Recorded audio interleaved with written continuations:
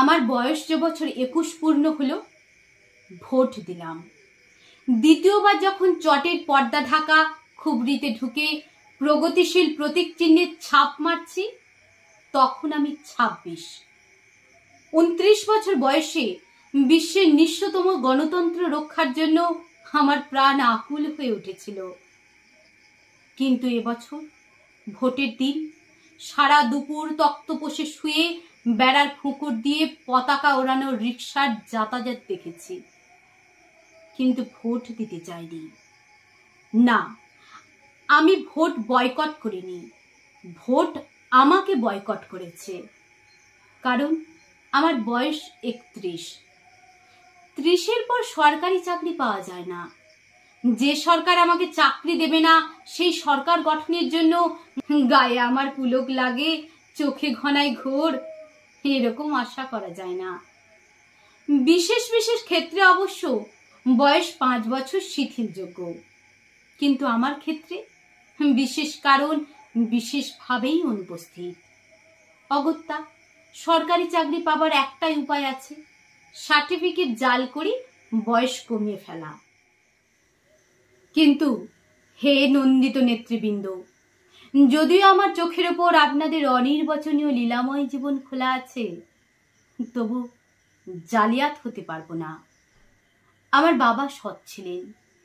এই গঞ্জের বাজারে ন্যাড়া ছাতিমতলায় কাঁচা পাকা চুলে পুরু চশমা চোখে যে বৃদ্ধটি কুঁজো হয়ে বসে মানধাতার আমলের টাইপরাইটারে আমার এবং আমার মতো শত শত চাকরি প্রার্থী এবং ভোটদাতা অর্থাৎ আপনাদের পরমানন্দদাতা যুবকদের হাজার হাজার দরখাস্ত টাইপ করে দিতেন, একদিন ভর দুপুরে তার বুকের বাঁ দিকের লজ্জরে টাইপ মেশিনটা বিগড়ে গেল।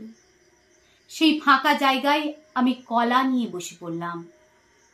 কার্বাইডে পাকানো বর্তমান কলার রং যদিও বোম্বাই অভিনেত্রীর চটককেও হার মানায়, তবু খেতে অতিশয় অখাদ্য। ফলে আমাকে ডাবের সঙ্গে ভাব জমাতে হলো।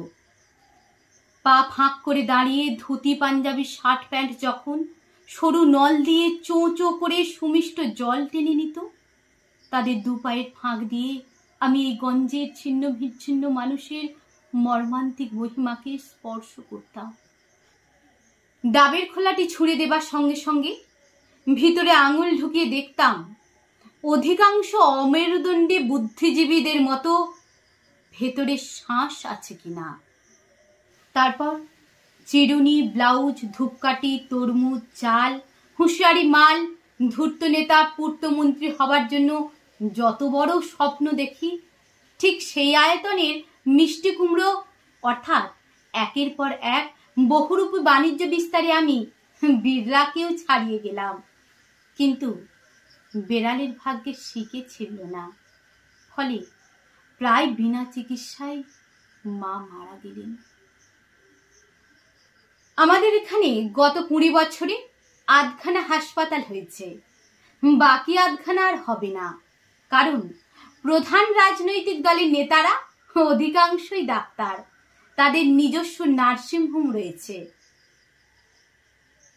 রোজ ভোর 4টেয় উঠে আমি যখন বস্তির গণতান্ত্রিক খাটা পায়খানায় লাইন দিতাম, মা নিজের হাতে দেওয়া ঘুঁটে জ্বালিয়ে চা করে দিতেন। সেই স্যাঁতস্যাঁতে অন্ধকার ধোঁয়াটে আগুনের সামনে বসে থাকা মাকে আমার ভারতবর্ষ বলে মনে হতো। দিদির মৃতদেহ দড়ি কেটে নামাবার পর থেকে মা একদম চুপ হয়ে গিয়েছিলেন। যার সঙ্গে দিদির বিয়ে হয়েছিল সে গরিব ছিল, কিন্তু ভালো ছিল। দারিদ্রতাকে মহানও করেনি বা খ্রিস্টের সম্মানও দেয়নি। এক ধূর্ত শ্রমিক নেতার আর কাঠিতে পরিণত হয়েছিল। সে সেই নেতাকে মহিলা সরবরাহ করত। সেই নেতার সঙ্গে মন্ত্রীর যোগাযোগ ছিল, মন্ত্রীর সঙ্গে কেন্দ্রের যোগ ছিল, কেন্দ্রের সঙ্গে পরিধির যোগ ছিল, পরিধির সঙ্গে ব্যাস এবং ব্যাসের সঙ্গে ব্যাসার্ধের সংযোগ ছিল। সেই সব সূক্ষ্ম যোগাযোগগুলো একসঙ্গে গিট লেগে একটা গোটা নাইলনের দড়ি হয়ে দিদির গলায় ফাঁস লাগিয়েছিল। চাকরি আমার হতো, জেলার সব ছাত্রদের মধ্যে আমি যদি মাতৃভাষায় প্রথম না হই, আপনাদের পিতৃভাষা অর্থাৎ ইংরেজিতে প্রথম হতাম, হয়তো আমার বরাত খুলে যেত। অথবা আমার বন্ধুরা যারা ঠিক ঠিক জায়গায় তেল সরবরাহে আরব রাষ্ট্রকেও হার মানিয়েছে, আমি যদি তাদের সঙ্গে প্রতিযোগিতায় নাম লেখাতাম, তাহলে আমার গলায় বাদামি ঝুড়ির বদলে নেকটাই ঝুলত। গর্তে ঢুকে যাওয়া ফ্যাকাশে হলুদ রঙের দুটো চোখের শূন্য দৃষ্টি এবং একটা অকেজো টাইম মেশিন ছাড়া বাবা আমার জন্য আর কিছু রেখে যেতে পারেননি। এবছর জীবনের শেষ ভর্তি দিয়ে মাও চলে গেলেন। ভারতবর্ষ পড়ে রইল। আমার আর কোনো দায় নেই, যেহেতু আজকের দর্শন আগামীর সংস্কার মাত্র। তাই এখন যদি আমি সন্ন্যাসী হয়ে যাই, বন্ধুরা বলবে পালিয়ে গেল। বিদেশি টাকায় পুষ্ট হয়ে যেসব তথাকথিত জনসেবা প্রতিষ্ঠান আছে তাতে যদি ভাতের জন্য ঢুকে পড়ি, তারা বলবে বেটা গুপ্তচর। আর যদি আত্মহত্যা করি তাহলে কাপুরুষ। আর যদি সোজাসুজি প্রতিবাদ করি তাহলে আপনারা রাজনৈতিক নৈশ প্রহরীরা কালো টাকায় কুমিরদের অন্ধকার পাড়ায় গিয়ে পাড়ায় পাড়ায় মাঝরাত্রে নকশাল নকশাল বলে ঘেউ ঘেউ করে তাদের জাগিয়ে দেবেন।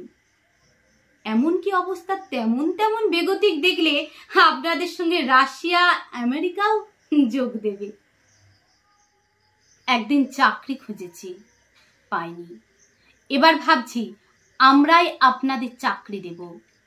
আমরা যারা বেকার, আধা বেকার, ভবঘুরে, পাউন্ডুলে, ভিখিরি, যাদের জমি নেই কিন্তু জমিতে খাটে, বাড়ি বানায় কিন্তু বাড়ি নেই, যারা শহরে আলো জ্বালে কিন্তু কুপিতে তেল নেই, যারা কারখানা বানায় কিন্তু কারখানা যাদের রাস্তা করে চালান করে দেয়, যারা কোনোদিন একটা ভালো জামা পরেনি, শরবত খায়নি, বেড়াতে গিয়ে পর্বতমালার স্তব্ধ নিরাসক্ত মহত্ব স্পর্শ করেনি, যারা জন্মায় আর খাটে, খাটে আর মরে, যারা পিঁপড়ের মতো, পোকামাকড়ের মতো, শীত রাত্রির ঝরা পাতার মতো, সেসব নিরক্ষর, নগণ্য, কুঁজো, অবজ্ঞান করুন, যাদের দেখবার জন্য এবং ঠকাবার জন্য আপনারা বিরাট মঞ্চে উঠে দাঁড়ান, যারা আগামী দিনের ভারতবর্ষের গোটা পৃথিবীর এমনকি সৌরজগতের মালিক, আমি তাদেরই একজন হয়ে এই জংশন স্টেশনে বাদাম বেচে যাচ্ছি। কসাইয়ের বাঁ হাতের বুড়ো আঙুলের মতো জীবন আমাদের যে কোনো মুহূর্তে বিচ্ছিন্ন হয়ে যেতে পারে। আবার ওই আঙুলের কেন্দ্রীভূত চাপে খোলা ফাটিয়ে বের করে আনা যায় রাজনৈতিক ক্ষমতার পুষ্টিকর তৈলবীজ। আর সমস্ত শুকনো খোসা বাতাসে উড়ে যায়, বাতাসের সঙ্গে আকাশ স্পর্শ করে মানুষের অনন্ত ঘৃণার আগুন। সেই আগুনের পাশে বসে আছেন আমার মা, আমার দেশ জননী। না, বিপ্লব শব্দটি শুনলেই আপনাদের মতো আমার কম্প দিয়ে জ্বর আসে না।